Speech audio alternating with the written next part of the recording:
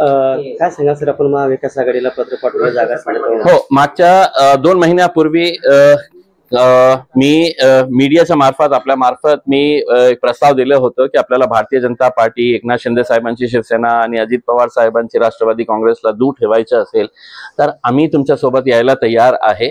आम्ही खूप कमी सीट्स लढणार आहे. तुम्ही आम्हाला घेतलं तर आम्हालाही माहीत आहे की अलायन्स मध्ये सगळ्यांचा विचार करावा लागतं, पण तसं काही त्यांच्याकडे उत्तर आलं नाही होतं. आणि त्याच्यानंतर त्यांच्या नेत्यांनी म्हटलं होतं की आमच्याकडे काही लेखी प्रस्ताव आलेला नाही आहे. तर 10 सप्टेंबर 2024 मी लेखी प्रस्ताव महाराष्ट्र AIMIMच्या अध्यक्ष या नात्याने NCPचे प्रमुख शरद पवार साहेब आणि काँग्रेसचे महाराष्ट्राचे अध्यक्ष नाना पटोले साहेब आणि अमित देशमुख साहेब यांना लेखीमध्ये पत्र पाठवलं होतं, प्रस्ताव दिलेला होतं. त्याच्यामध्ये आम्ही कुठल्याही प्रकारचा हे उल्लेख केला नाही होता की आम्हाला किती सीट्स पाहिजे. आम्हाला फक्त हे विचारायचं होतं त्यांना की तुम्ही आम्हाला घ्यायला तयार आहे का, आणि तयार असेल तर एकदा आपण बसू आणि आम्हाला किती सीट्स लढायच्या आहे आणि का लढायचं आहे, त्या सीट्सवर आम्ही दावा का करत आहे हे सगळं त्यांना सांगणार होतं. आता ते इतकं 1 महिना उलटून सुद्धा ते आता म्हणतं की आम्हाला मिळालेलंच नाही आहे. तर असं आहे की मी कबूतरच्या मार्फत काही केलं नाही होतं, की एका काळ होतो ना की आपल्याला काही पत्र पाठवायचं असेल तर कबूतर के चोच में रख के आपण भिजाते थे, तर तसं काही केलं नाही आहे. टेक्नॉलॉजीमध्ये मी मेल केला असेल तर कधी केलं ते सगळं आपल्याला माहित असतं. व्हॉट्सअप केलं असेल तर व्हॉट्सअपवर तुम्ही रीड केलेलं आहे का नाही केलेलं आहे ते पण आपल्याला दिसतं. तर आता हे सांगणे की आम्हाला मिळालेलंच नाही आहे म्हणजे याच्यातून हे अर्थ होतो की तुम्ही गंभीर नाही आहे या मुद्द्याच्या बाबतीत. म्हणून उद्या आम्ही काही सीट्सवर लढायला डिक्लेअर करायला सुरुवात केली तर आमच्यावर कृपा करून बोट दाखवू नका की हे याच्यामुळे आमचा पराभव झालेला आहे. आम्ही आजही म्हणतो तुम्हाला की आम्ही खूप कमी सीट्स, माझी ताकद इतकी असेल तर मी इतकं सीट्स मागणार आहे, ताकद इतकी आणि मागणार इतकी, आम्ही तसं काही करणार नाही. 28 जागेची जी चर्चा आहे ती कशी निर्माण ते मला माहित नाही आहे की काय आहे की व्हॉट्सअपवर असे अनेक हे पोस्ट सुरू आहे की महाराष्ट्रामध्ये 42 असे सीट्स आहे की जे मुस्लिम डॉमिनेटेड सीट्स आहे की तिथे 40% पेक्षा जास्त मुस्लिम पॉप्युलेशन आहे. स्वाभाविक आहे तिथे तुम्ही मुस्लिम कॅन्डिडेटच देणार आहे. मग तिथे MIMचा मुस्लिम कॅन्डिडेट असणार आहे, मग शरद पवार साहेबांचं मुस्लिम कॅन्डिडेट असणार आहे, किंवा उद्धव साहेब आता सांगतं की आम्ही पण मुस्लिमांना तिकीट देणार आहे. तर या भानगडीत त्या कॉन्स्टिट्युएन्सी मधून सुद्धा भारतीय जनता पार्टी येण्याची शक्यता आहे. म्हणून आम्ही तसा कोणत्याही प्रस्ताव दिलेला नाही आहे. 28 किंवा 2 किंवा 10 अशा कुठल्याही प्रकारचा प्रस्ताव आम्ही दिलेला नाही आहे. आम्ही फक्त त्यांना हे सांगितलेलं आहे एकदा बसू, चर्चा करू आणि त्याच्यानंतर आम्ही तुम्हाला सांगू की आम्हाला किती सीट्स लढायच्या आहे. तुम्ही मुंबईला रॅली काढली होती, त्या रॅली दरम्यान काही तुमच्या सहकार्यांनी छत्रपती संभाजीनगर नावावर काळं फसवणूक, मी चॅलेंज करतो हे सिद्ध करून द्या. माझ्यावर 7-8 केसेस आता FIR रजिस्टर करण्यात आलेले आहे. ते कोणी केलं होतं तेही आम्ही शोधून काढलेले आहे. ज्या माणसांनी ते केलं आणि ज्या लोकांनी त्या केल्यानंतर आमच्यावर हे आरोप केलं की आम्ही केलेले आहे तर त्यांनी जाहीरपणे माफी पण मागितलेली आहे. हो, आमच्याकडे चूक झालेली आहे, आम्ही असाला सोशल मीडियावर हे टाकायला नको होतं. ते सगळं व्हिडिओज माझ्याकडे आलेले आहे.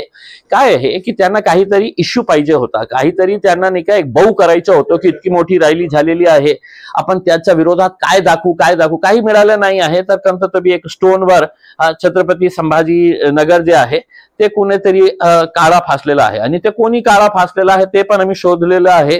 ते माणूस पोलीस स्टेशनच्या समोर उभे राहून जाहीर माफी मागत आहे की नाही माझ्याकडे अशी प्रकारची चूक झालेली आहे आणि मी माफी मागतो. तर कुठेतरी मला त्यांना अडकवण्याचा प्रयत्न आहे, माझ्यामध्ये भीती निर्माण करण्याचा. मी कुठल्याही प्रकारे घाबरणारा माणूस नाही आहे.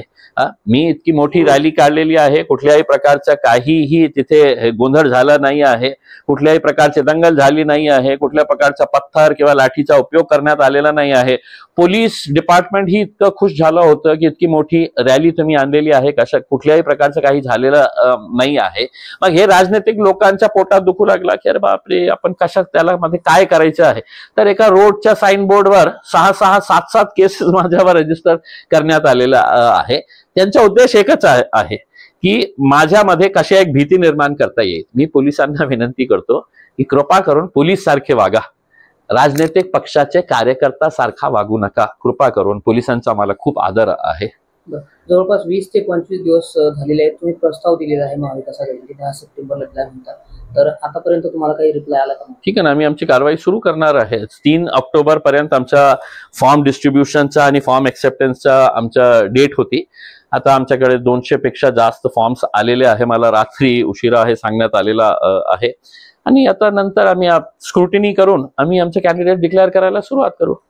MIM सोबळावर लढेल मग महाराष्ट्रात? नाही कोणी घेतलं तर अछूत आम्ही आहे, अनटचेबल झालेले आहे, तर एकला चलो रे तर आहेच. किती जागेवर लढेल? पूर्ण जागेवर? नाही नाही नाही नाही नाही आम्हाला पक्षनेते अंबादास दानवे म्हणाले ही जे MIM जी टीम आहे ही भाजपला मदत करणारी आहे, रजाकाराची विचारी संघटना टीम आहे, रजाकारी विचाराची संघटना टीम आहे. अंबादासला हे मला समजायचं आहे की शिवसेनेचा जन्म कशामुळे आणि कुणामुळे झालं होतं की आपल्याला काँग्रेस पक्ष नको देशाचा. आपण त्यांचे नाही का बाळासाहेब ठाकरेंचे भाषण ऐका त्यावेळचे, की शरद पवार कशा या देशासाठी घातक आहे, या राज्यासाठी घातक आहे. शिवसेनेचा जन्म त्यांच्या विरोधात झाला होता. काँग्रेस आणि राष्ट्रवादी नको म्हणून शिवसेनाच्या हे स्थापना झाली होती. आज कुणाच्या सोबत आहे अंबादास दानवे साहेब आपण आणि आपला पक्ष, जे ज्यांच्या विरोधात उभे झालेली पक्ष होतं त्याच्या सोबत आपण गेलेले आहे. कारण तुमचा पॉलिटिकल कंपल्शन आहे, मला काही देणं घेणं नाही आहे. आता आम्ही काय करत आहे, 10 वर्ष मी लोकप्रतिनिधी आहे.